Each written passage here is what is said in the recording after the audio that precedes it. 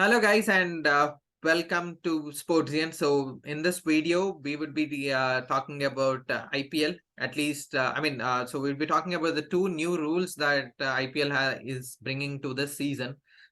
So the first one is the impact player, and the second one is the captains deciding the teams after toss. So let's start with impact player. So Vignesh, so please help us. What is this? There has been a lot of confusion around this, so please decode this. Okay, so the impact player is basically a substitute. People who have watched football will understand, but for the others, I'm explaining. Generally, in cricket, there are 11 players who, for example, if it's a 2020 match, 11 players will be decided before the toss, and all the 11 players will bat and they can bowl as well. So, what the impact player does is every team has an opportunity to name four other players who they can use as a substitute. So there will be a total of 15 players who will be named at the toss, and 11 of them will be in the playing level. Four of them are reserves. And at any point in the game, that is from over number 1 to over number 40, any player from the five substitutes can replace one player in the playing 11. And what that does is the player who's coming in, the substitute, he can bat and bowl as well. So this is a game changer. For example, let me give you an example of CSK versus Mumbai Indians game. CSK is batting first and they are scoring 200 runs. So now CSK knows that they need to defend well. So what they will do is, maybe after the end of the first inning, since CSK knows that they've put 200 runs on the board, they will remove a batsman, for example, Ruturaj Gaikwad. Because in the second inning, CSK is going to bowl and they'll need an extra bowler. They know Ruturaj Gaikwad is not going to bowl. So they will remove Ruturaj Gaikwad and bring in another bowler to strengthen the bowling. So this is how the impact player works. There is a small confusion over here with respect to the overseas players.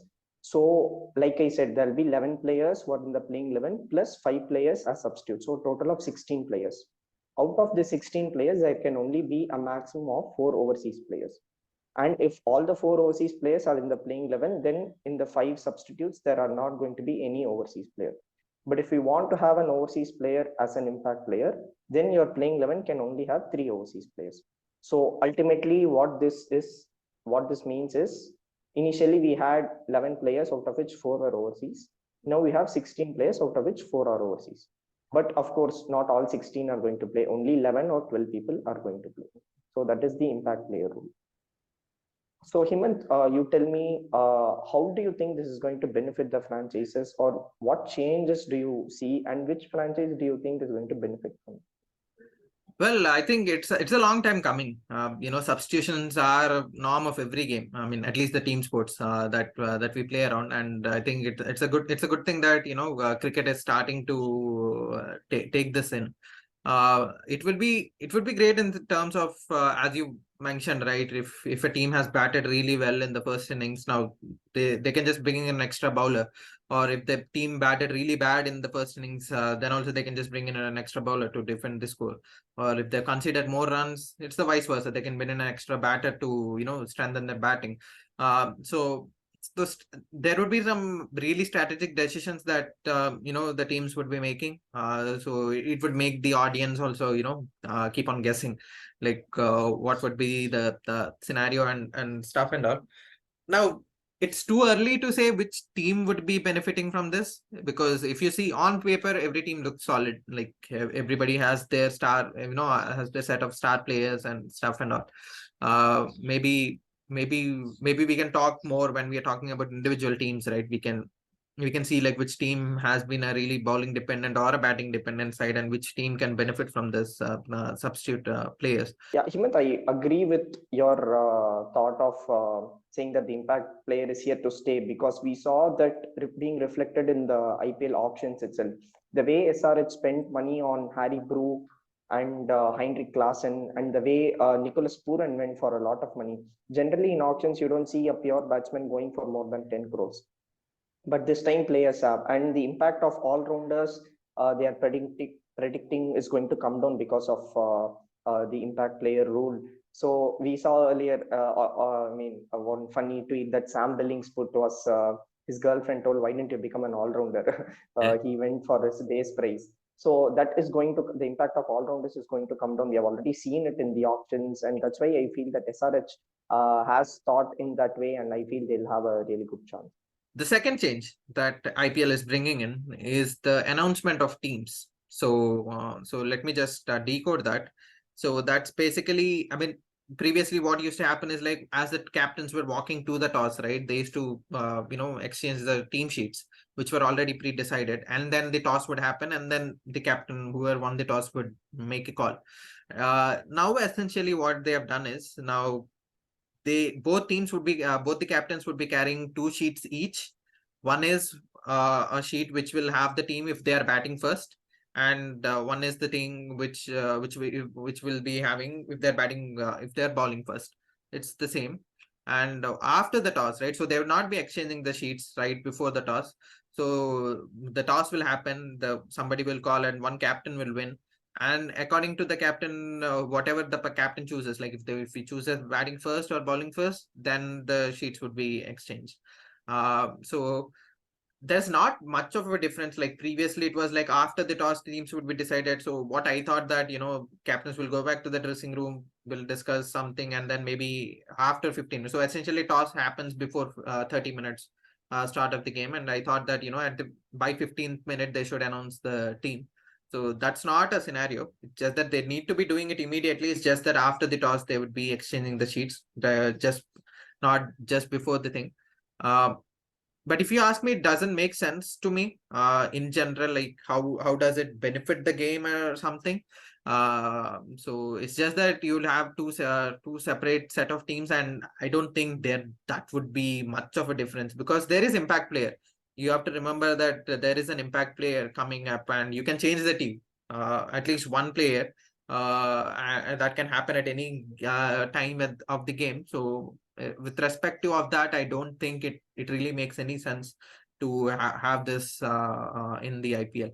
So what do you think?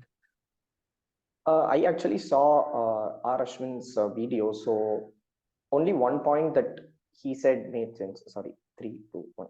I actually saw R. Ashwin's video. So regarding this, one point he said made sense, which was the due factor. For example, if a team is going to bowl first, you don't know. I mean, previously we decided the team before the toss, and whether you are batting first or bowling first, you need to go with it. If a team is currently bowling first now, then probably they will have an additional spinner. If they are going to bowl second and the due factor comes in, they will not probably rely on the spinner. So I guess that is one place where it helps.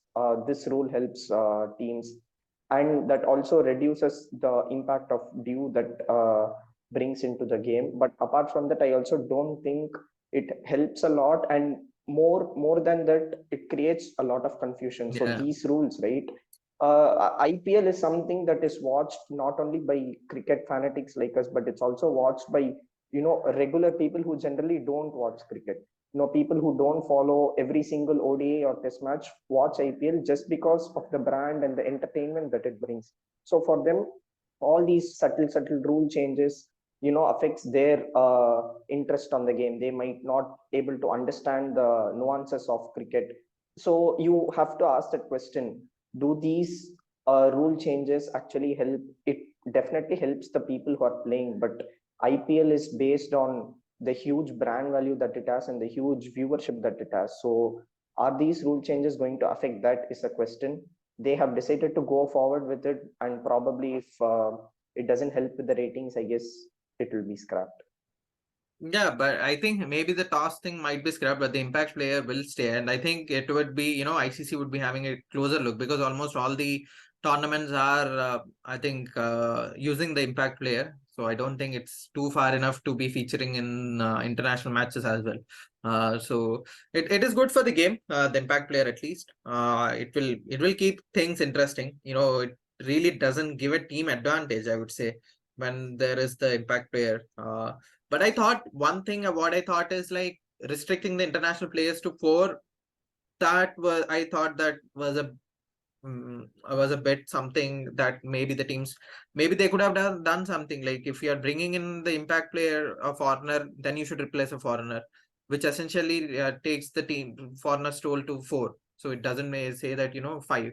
Maybe that would have made sense. Like if you're like, it's a like to like replacement. Like if you're bringing in foreigner, then take out a foreigner. So instead of a player, so maybe that would have made a bit more sense rather than just saying that no, only you can have 4 foreigners in the entire playing scenario. So maybe they think of a bit, but I'm really excited for this season. So time for early predictions. So we'll end this note. We'll end this video on a note, taking out the early predictions. So if you are following the previous videos, I think you should be aware by now that Vignesh would be supporting CSK and I would be supporting MI. But let's not talk about the winners. But who do you think is going to play the finals? I feel that CSK is going to make it to the finals, and on paper, one of the strongest teams is RCB, but I don't think they'll come into the finals. Probably somebody like SRH.